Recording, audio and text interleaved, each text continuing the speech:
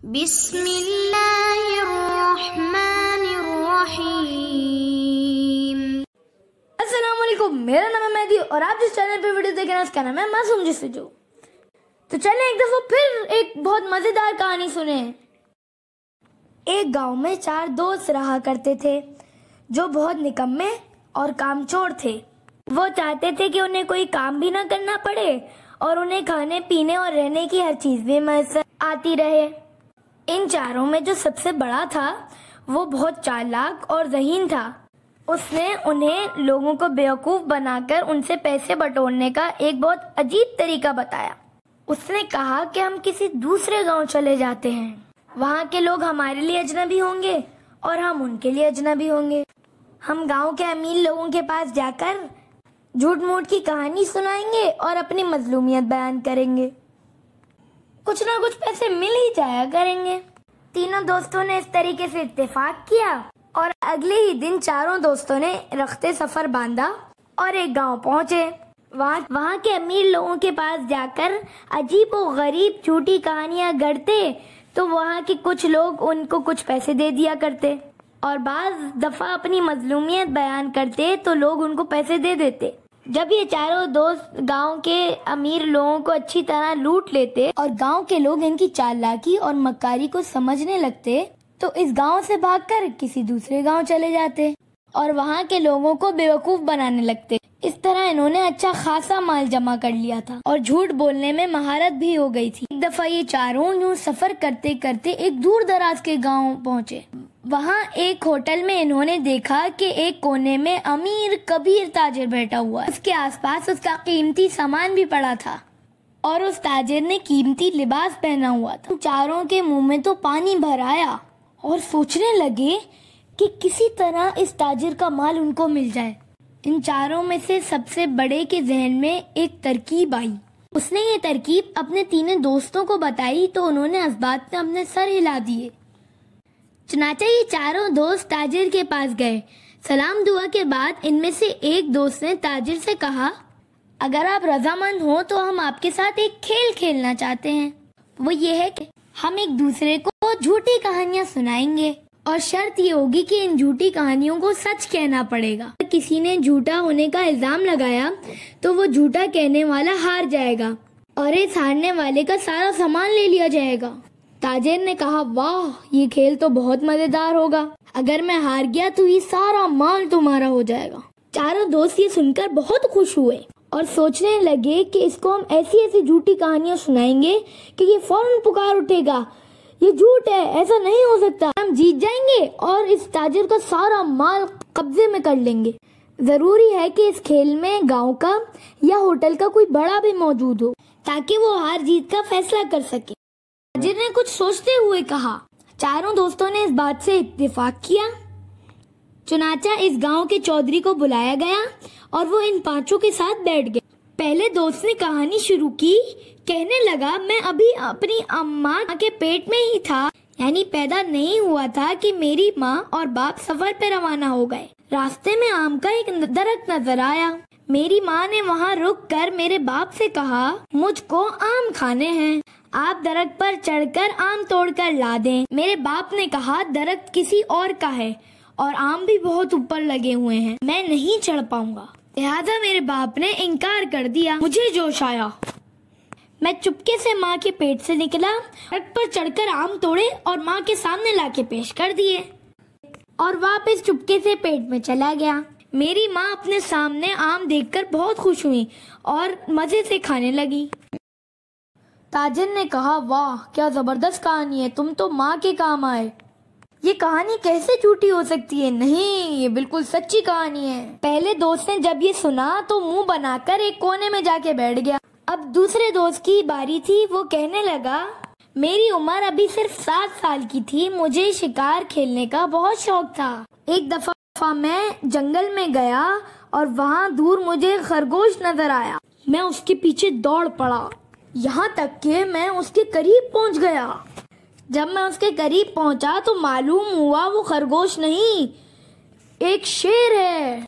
शेर ने मेरी तरफ देखकर मेरी तरफ बढ़ना शुरू किया। अब तो मैं बहुत घबराया और शेर से कहा, देखो शेर भाई, मैं तो आपके पीछे सिर्फ इसलिए आया था कि मुझे लगा आप एक खरगोश हो। खुदा के लिए मुझे जाने दो। शेर ने मेरी नहीं मानी और दहाड़ने लगा। मुझे भी गुस्सा आ गया और मैंने एक जोरदार थप्पड़ शेर को मारा। शेर वहीं दो टुकड़े होकर मर गया। वाह वाह, क्या बहादुरी है। बंदे को ऐसा ही बहादुर होना चाहिए। ये कहानी बिल्कुल झूठी नहीं हो सकती। ताजिर ने दूसरे दोस्त की कहानी सुनकर उसे दाद देते हुए कहा। अब वो दोनों दोस्तों ने जिन्होंने कहानी सुनाई थी, उन्होंने अपने तीसरे दोस्त को चुपके से आंख मारी। अब तुम कोई ऐसी गजब की झूठी कहानी सुनाना जिसे ताजिर फौरन झूठ मान ले। चुनाचा तीसरे दोस्त ने कहना शुरू किया, मुझे मछलियाँ पकड़ने का बहुत शौक था। इस वक्त मेरी उम्र सिर्फ 1 साल की थी। मैं दरिया के किनारे गया और जाल डाल के बैठ गया। कई घंटे जाल लगाने के बावजूद एक मछली भी जाल में नहीं आई। मैंने पास खड़े मछेरों से पूछा, क्या दरिया में कोई मछली नहीं है? उन्होंने बताया कि 3-4 दिनों से एक भी मछली नजर नहीं आई हमें। मैं ये सुनकर हैरान हुआ और दरिया में गोता लगाया। दरिया की तह में पहुंचकर मैंने देखा एक बहुत बड़ी मछली बैठी हुई है और आसपास की तमाम छोटी बड़ी मछलियों को खाती जा रही है। ये देखकर मुझे उस बड़ी मछली पर बहुत गुस्सा आया।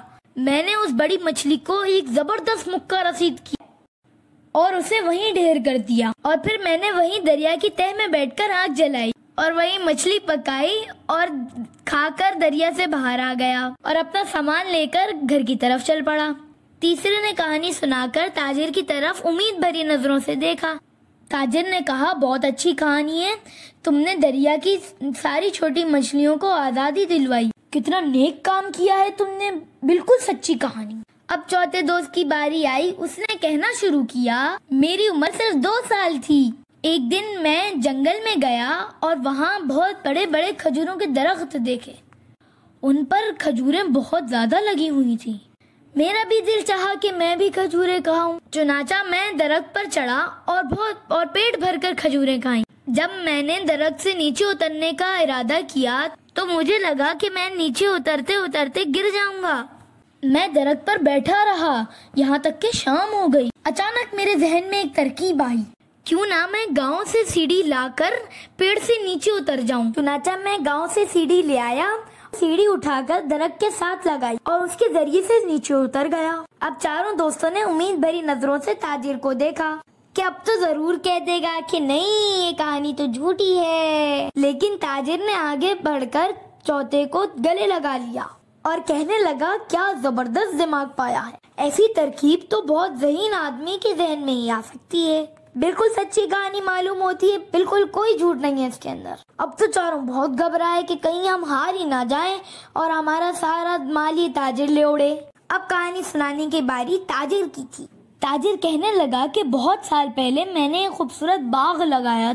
उस बाग में एक सुनहरे रंग का बहुत नायाब दरख्त था। मैं उसकी खूब हिफाजत करता था और उसको रोज पानी दिया करता। यहाँ तक कि 1 साल बाद उस दरख्त पर 4 सुनहरे रंग के सेब नमूदार हुए। वो सेब बहुत खूबसूरत थे, इसलिए मैंने उनको नहीं तोड़ा और दरख्त पर लगा रहने दिया। एक दिन मैं बाग में काम कर रहा था कि अचानक उन 4 सेबों में से एक आदमी निकला। चूँकि ये 4 आदमी मेरे बाग के एक दरख्त से निकले थे, इसलिए मैंने उनको अपना गुलाम बना लिया और 4 को काम पे लगा दिया। लेकिन ये 4 बहुत निकम्मे और कामचोर थे। एक दिन वो 4 भाग निकले और खुदा का शुक्र है कि वो 4 गुलाम मेरे सामने बैठे हैं। ये कहानी सुनकर 4 दोस्तों के औसान खता हो गए। गांव के चौधरी ने पूछा कि ये बताओ, ये कहानी सच्ची है या झूठी। 4 दोस्तों के हाथ पांव ठंडे हो गए। ताजिर की इस कहानी को झूठ कहें तो उनका सारा माल ताजिर का हो जाता है, और अगर सच कहें तो ताजिर के गुलाम करार पाते हैं। चुनाचा 4 दोस्त खामोश हो गए, ना हाँ में जवाब दिया ना में। गांव के चौधरी ने उन 4 को चुप देखकर ताजिर के हक में फैसला सुना दिया, ये 4 तुम्हारे गुलाम हैं। ये सुनकर वो 4 ताजिर के कदमों में गिर पड़े और लगे माफिया मांगने। ताजिर ने चौधरी से कहा कि ये 4 भागते हुए मेरा सारा सामान भी अपने साथ ले गए थे। चलो मैं इनको आजाद कर देता हूँ, मगर इनके पास जो माल है वो मेरा है। चुनाचा गांव के चौधरी ने इन 4 दोस्तों के पास जितना माल था वो सारा ताजिर को दिलवा दिया। वो ताजिर सारा सामान और मालो दौलत लेकर चला गया। ये चारों बहुत सख्त पशेमान हुए। उन्हें झूठ की निहायत बुरी सजा मिल गई थी। चारों दोस्तों ने तहैया किया कि वो कभी झूठ का सहारा नहीं लेंगे और मेहनत करके रोजी कमाएंगे।